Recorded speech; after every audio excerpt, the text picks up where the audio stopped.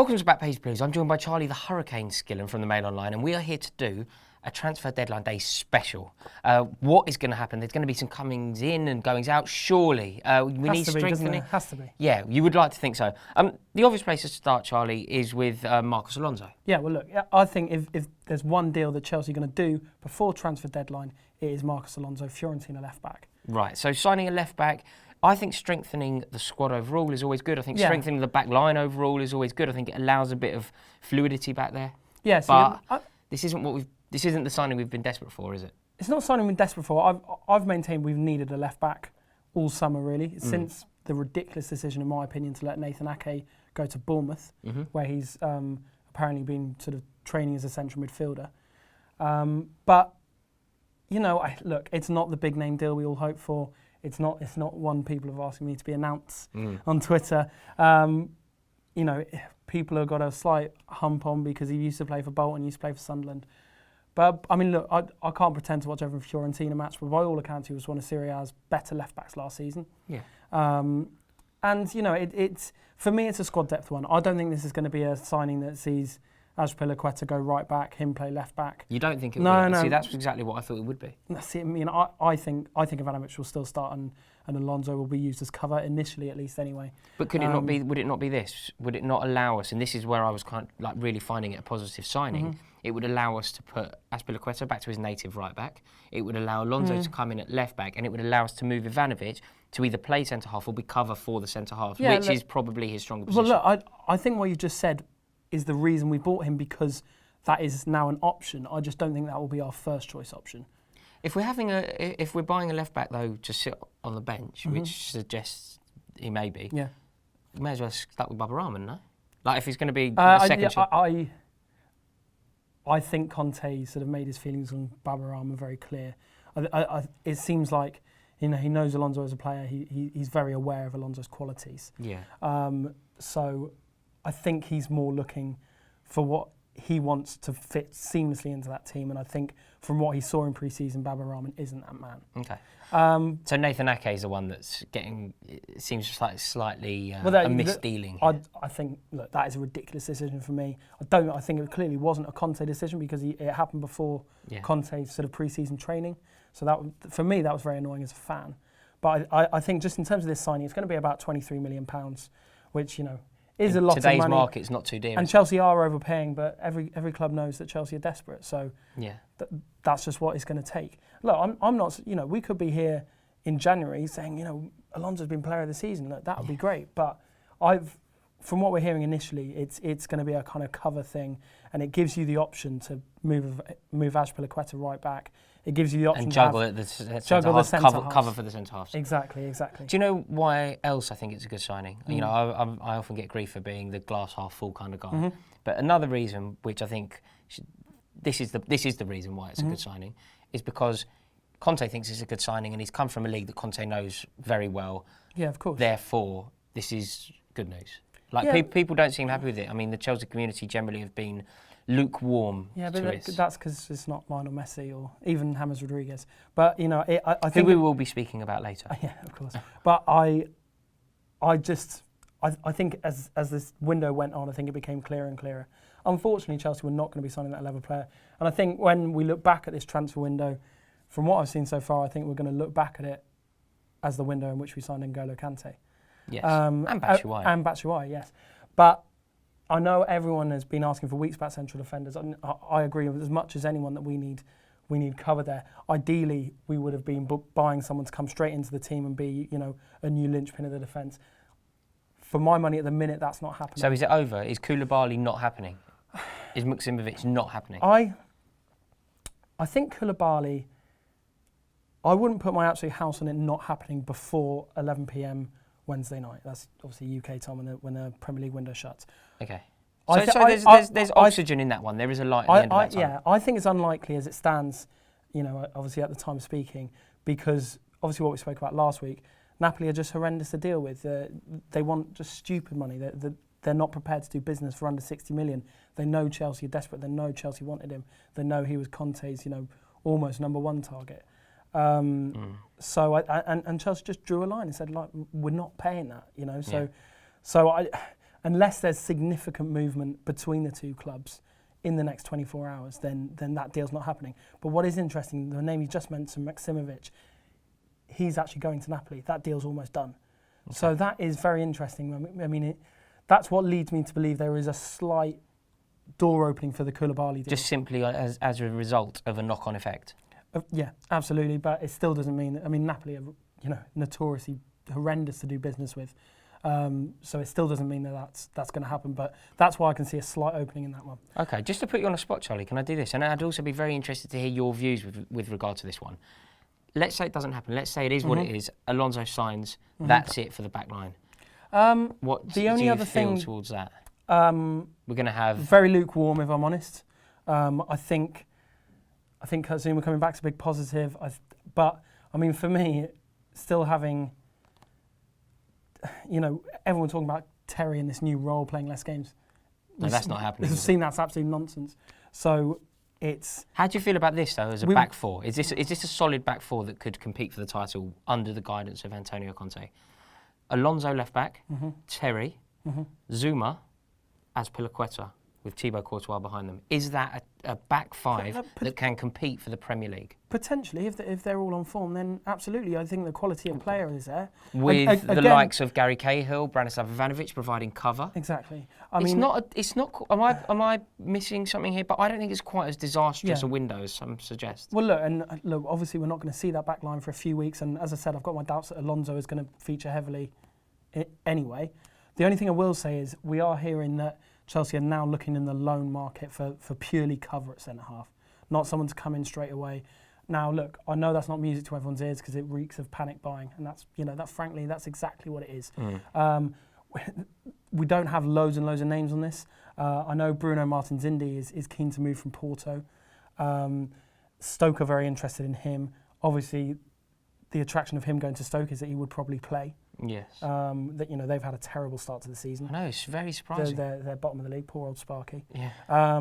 Whereas obviously we're basically looking for emergency cover. Right. So we're probably not in the market for him. I'm not saying that's definitely not going to happen, but we're looking in the loan market for a centre half. Okay. I mean, Conte's well aware how much this needs to happen. Okay. I suppose we should move on away from that and have a look. There's also been a lot of headlines being written, I've read one in the mail, about Brozovic. Yeah. Inter Milan midfielder, Marcelo Brozovic. Conte, by all accounts, Conte wanted this deal to happen, and it's not. This deal, as it stands, this deal won't happen before the end of the transfer window. Your tone was all wrong then. Yeah, sorry, you went into that one really positively and then just completely threw me. So I like to tease you, mate. Yeah, that was a shame. So no go. No, it's purely down to the complications with the deal. He's got sort of third-party ownership all over the gaff, and it's basically there's too many loose ends to be tied up when you're talking like less than 24 hours before the window shuts. So this is just another example of our lack of planning. Yeah, absolutely for me. I mean, it's not a name that we were talking about 3 weeks ago, and there's a reason for that. It wasn't like it was happening behind the scenes. It just wasn't happening. It just wasn't happening, I mean, for me, I'm not too disappointed with that one. I think if there's one area which we do have extensive cover at central midfield, and I would look, and Brozovic wouldn't be coming in to, play in the first team for me anyway, or take one of those positions. Right. Cesc Fabregas still hasn't started a Premier League game. Yes, he's not getting in ahead of him, is he? He's not getting in ahead of him. And look, I would hate to see the progress of people like Loftus-Cheek, the progress of people like Nathaniel Chalobah hampered. Basically, Inter Milan are ready to let Brozovic go because they bought João Mario from the obviously winning Euro 2016 team. Yes. I would have far rather seen Mario come to Chelsea than Brozovic. Yes.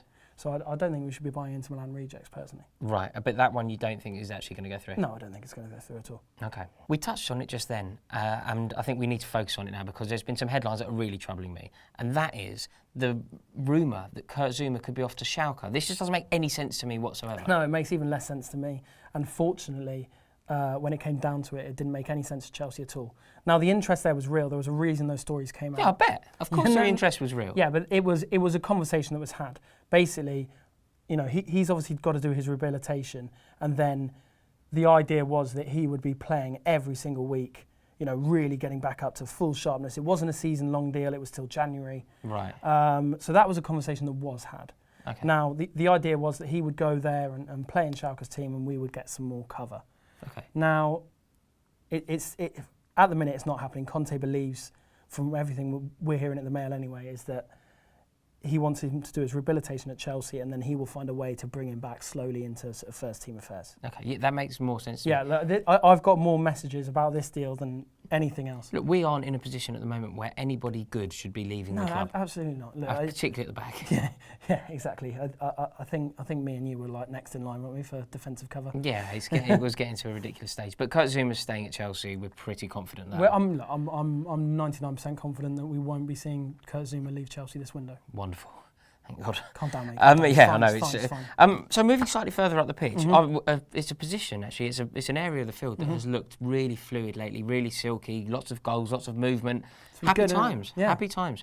Adding somebody of the calibre of James Rodriguez to that would be great news. I wonder when he was going to pop up. Yeah. Look, for me, this deal has not moved since we last spoke about it, which is that he is very much, up for sale, in theory.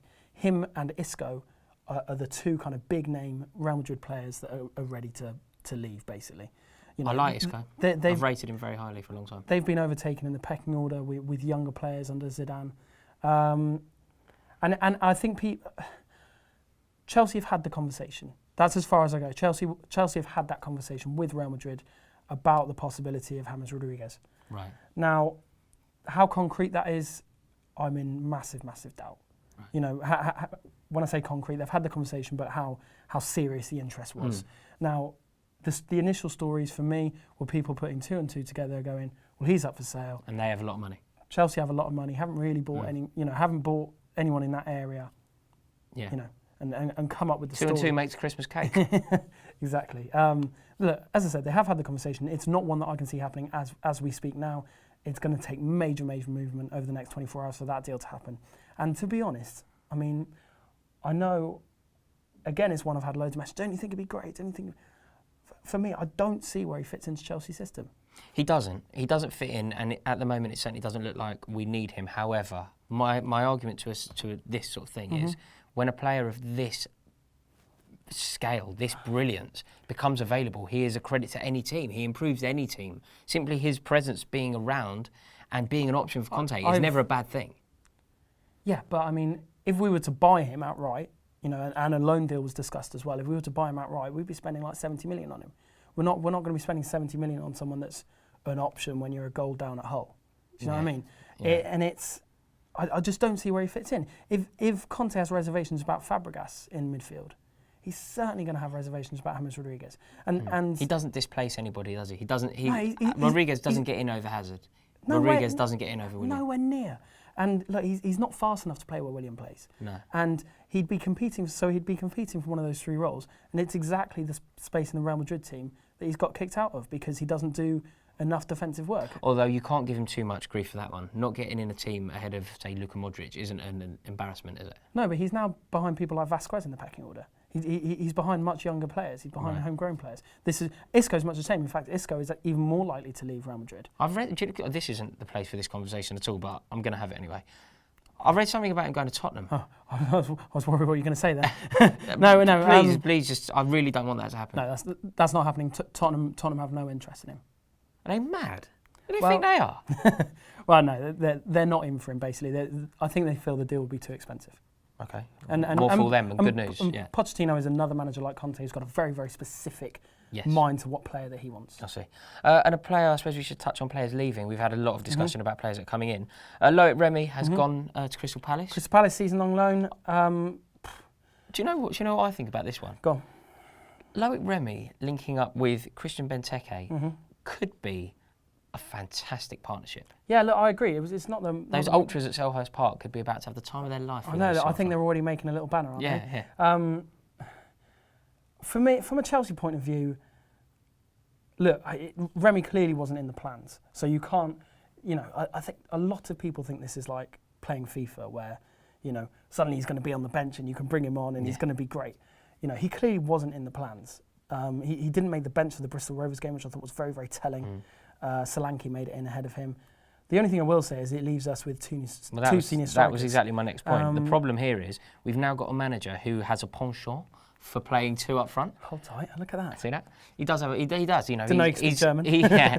No. You know, we have a manager now who likes the idea of two up front, and will at some point use it over the course of the season, I imagine. Well, so he uses it when Chelsea needed a goal, doesn't he? Yeah, exactly. I suppose, but yeah, he hasn't. He's never started like that yet. No, but we now have. So we have a manager who likes to have two up front, and we now have two recognised first-team strikers, and Dom Solanke, who I rate very highly, but throwing him in the deep end a bit, aren't we? Yeah, and no, I can't stand here on the night before deadline day and tell you that I've got a load of names that Chelsea could buy as a striker, because those stories haven't really been happening. But I mean, for me, they've got to get someone. I mean, do you think we will sign a striker now?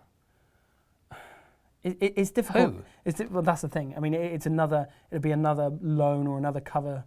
You know, obviously we're not going to be buying Benzema or whatever, are we? So it's going to be another situation of getting someone for cover. The only thing I will say is that he likes playing Loftus-Cheek there. Yes. I mean, not to... Yes, that's true. He actually spoke very, very well on that afterwards, after the Bristol Rovers game, when he was questioned, what is Loftus-Cheek doing up front? And he sort of said... Well, scoring goals, for starters. Yeah, well, exactly. But he's obviously far tactically, better minded than me, you, or probably anyone watching this video. Sorry, lads. And he was explaining he's not really playing as a striker. He's sort of playing as a striker when we have the ball, and then when we don't have the ball, he kind of moves back, and and he's a sort of shuttle between the two, which, given him this athleticism, could work quite well. So maybe that's in his thinking. But in terms of Remy going out, it's a player that hasn't been part of Chelsea's first team plans for well over a year. Yeah. And it's a player that needed to move. Yeah. For his benefit. So is there anyone else who we can expect to leave? Something like Kennedy? Yeah, I mean, Kennedy has had an offer. Watford, is it? Yeah, an offer on loan from Watford for a while. I think once Alonso comes, you'll probably see that happen.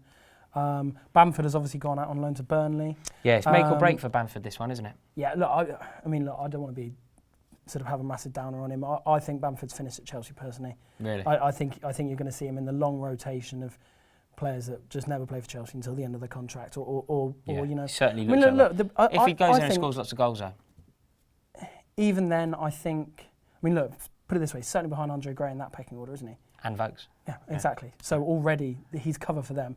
I think that the best outcome I can see is that he does really well and gets and Burnley pay a decent fee for him, or someone else pays a decent fee, and we kind of shake hands and it's done. Anybody else that we need to cover? Yeah, obviously Juan Cuadrado, we've spoken a hell of a lot about this summer. I still feel like Conte is a fan of his.